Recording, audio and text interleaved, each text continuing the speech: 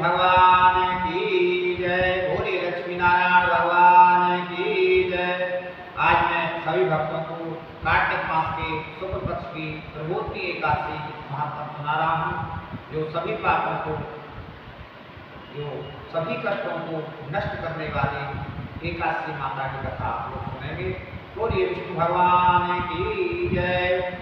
ब्रह्मा जी बोले, हे मुनीश्वरों, पापों को दूर करने वाली, पुण्यों को बढ़ाने वाली, बुद्धिमानों को मोक्ष देने वाली प्रबोधनी एकादशी का महात्मा सुनो। हे मित्रों, भागीरथी गंगा पृथ्वी पर तभी तक बरसती है जब तक पापों को नाश करने वाली कार्तिक मास में प्रबोधनी एकादशी नहीं आती। तीर्थ, समुद्र, सरोवर तभी तक बरसते हैं जब तक कार्तिक मास की प्रबोधनी एकादशी नहीं आती।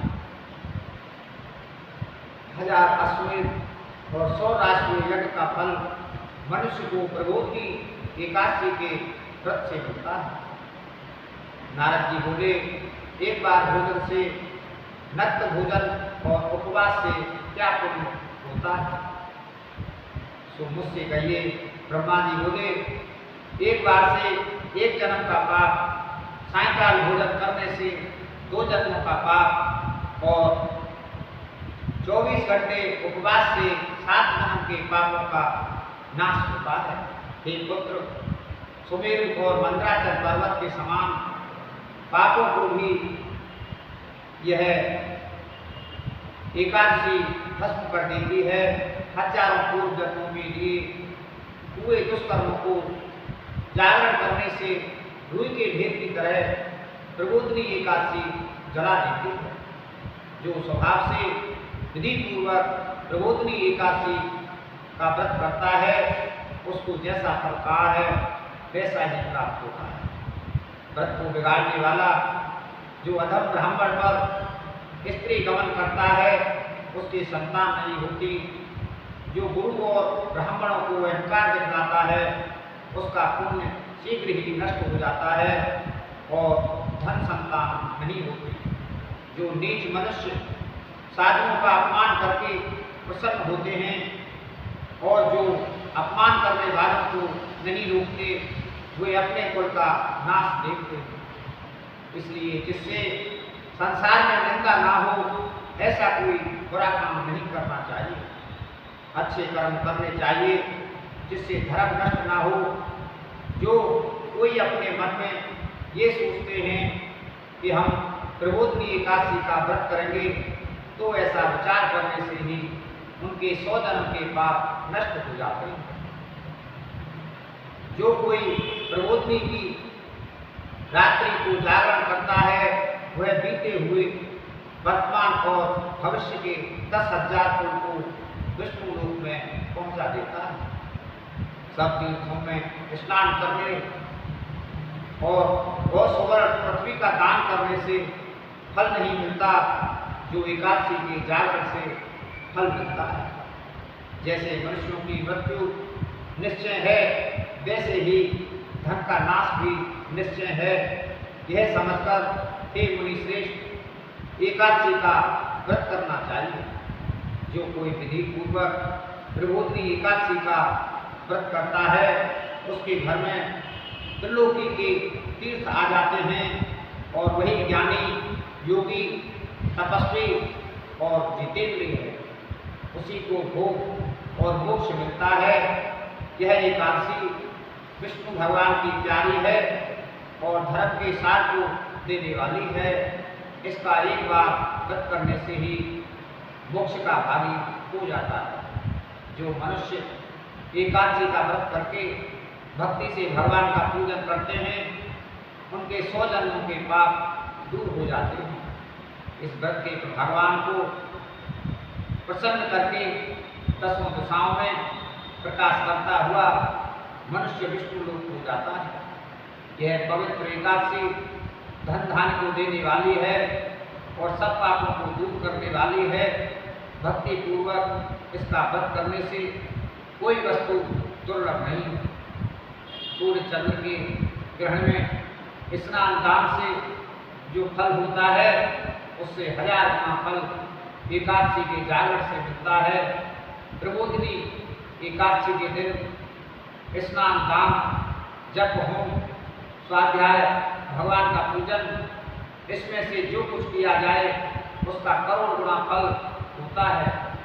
कार्तिक की एकादशी का व्रत ना करने से जन्म भर का किया हुआ सब पुण्य वृथा है। हे मुनि, कार्तिक में मधुसूदन जैसे शास्त्र की कथा वार्ता से प्रसन्न होते हैं, वैसे यज्ञ और हाथी आदि दान से नहीं होते। जो मनुष्य कार्तिक मास में विष्णु भगवान की कथा को पूरी अथवा उसका आधा अथवा चौथाई स्वरूप कहते हैं, वह सुनते हैं, उसको 100 गोदान का फल मिलता है। हे मुने, कार्तिक के महीने में सब धर्मों को छोड़कर मेरे सामने बैठकर कथा कहनी और सुननी चाहिए। कल्याण के लिए अथवा धन के लोभ से जो कार्तिक में भगवान की कथा कहते हैं, वह अपने सैकड़ों कुलों का उद्धार कर देता है। जो भगवान के प्रबोध के दिन कथा कहते हैं, वह सुनते हैं, हे मुने, उनको सप्तदीप युक्त पृथ्वी के दान का फल मिलता है। फिर नारद जी बोले, हे स्वामी, एकादशी की विधि मुझसे कहो। जिस एकादशी के करने से जैसा फल मिले सो भी कहिए। यह सुनकर ब्राह्मण बोले, हे दुर्योत्तम, एकादशी को प्रातःकाल उठकर दातुन करके स्नान करे, नदी, तालाब, कुआं, बावड़ी अथवा घर में स्नान करके केशव भगवान का पूजन करे। फिर कथा सुनो। नियम के लिए यह मंत्र पढ़े, एकादशी को निराहार व्रत करके दूसरे दिन भोजन करूँगा। हे पुंडरीकाक्ष, मैं आपकी शरण में हूँ, आप मेरी रक्षा करें। इस मंत्र को चक्रधारी भगवान के सामने पढ़ें। भक्ति भाव में प्रसन्नता पूर्वक उपवास करें। रात्रि में भगवान के समीप बैठकर जागरण करें। हे मुनि, जो गाता है, जो नाचता है, जो बाजे बजाता है अथवा भगवान की कथा को कहता है, वह सुनता है, वह पुण्यात्मा तीनों लोक के ऊपर निवास करता है। कार्तिक मास में प्रबोधिनी के दिन बहुत से फूल, फल, कपूर, अगर कुमकुम भगवान का पूजन करना चाहिए। एकादशी जागरण अनेक प्रकार के सुंदर फलों से भगवान का पूजन और शंख में जल भरकर जनार्दन भगवान को अर्घ्य देना चाहिए। जो दिव्य अगस्त्य फूलों से जनार्दन भगवान का पूजन करता है, उसके लिए इंद्र भी हाथ जोड़ता है। जो कार्तिक में भक्ति पूर्वक भगवान की बेलपत्र से पूजा करते हैं, उनकी मुक्ति हो जाती है। हे वत्स, कार्तिक में जो तुलसी माता के पत्ते और फूल से जनार्दन भगवान की पूजा करते हैं, उनकी 10,000 वर्षों के पाप भस्म हो जाते हैं। तुलसी माता का दर्शन, स्पर्श, ध्यान, कीर्तन, नमस्कार, स्तुति करने से, पौधा लगाने से, सींचने से और नित्य पूजन करने से तुलसी माता शुभ फल देती है। जो नित्य प्रति तुलसी माता की 9 प्रकार की भक्ति करते हैं, वे करोड़ों युगों तक वैकुंठ में निवास करते हैं। हे मुने, कार्तिक में गुलाब के फूलों से जो परम भक्ति से भगवान का पूजन करता है, वह मुक्ति का भागी होता है। बकुल और अशोक के फूलों से जो भगवान विष्णु की पूजा करते हैं, उनको जब तक सूर्य चंद्रमा है तब तक सूख नहीं होगा।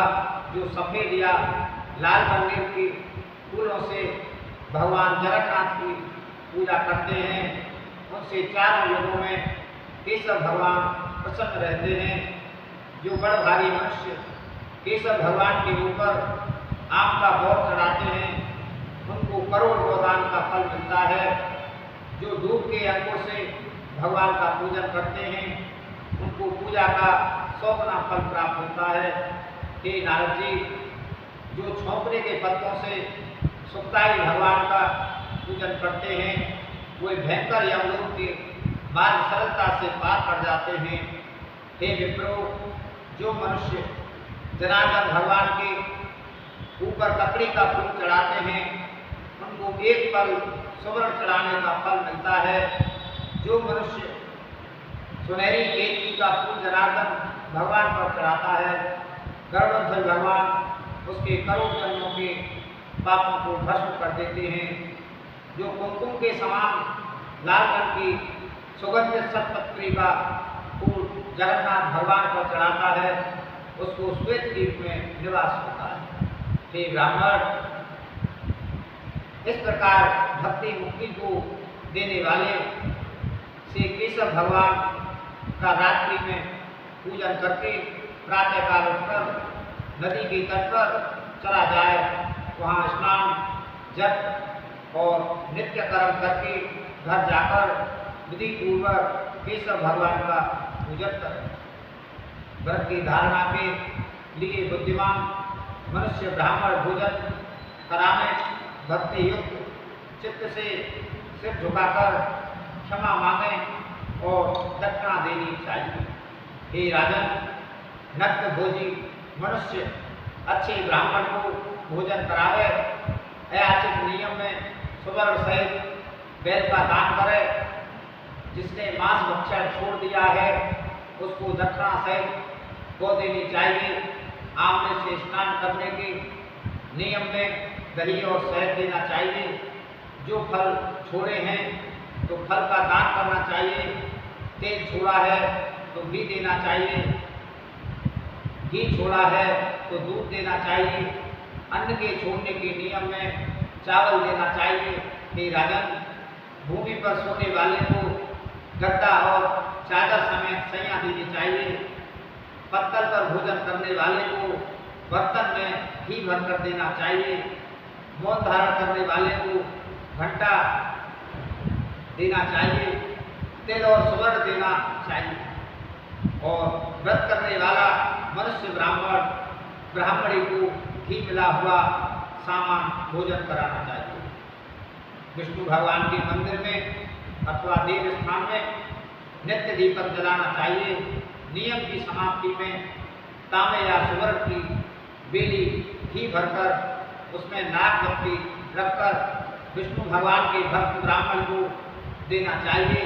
ब्राह्मण को नमस्कार करके विदा करे, फिर आप भोजन करें। 4 महीनों में जो छोड़ा है उसकी समाप्ति करे। हे राजन, जो बुद्धिमान पुरुष इस प्रकार आचरण करता है उसको अनंत फल मिलता है। अंत में वैकुंठ धाम को जाता है। यदि व्रत बिगड़ जाए तो मनुष्य अंधा व कोढ़ी हो जाता है। जो तुमने मुझसे पूछा था वह मैंने तुमसे कहा। इसके पढ़ने और सुनने से भी गोदान करने का फल होता है। बोलिए विष्णु भगवान की जय। बोलिए लक्ष्मी नारायण भगवान की जय।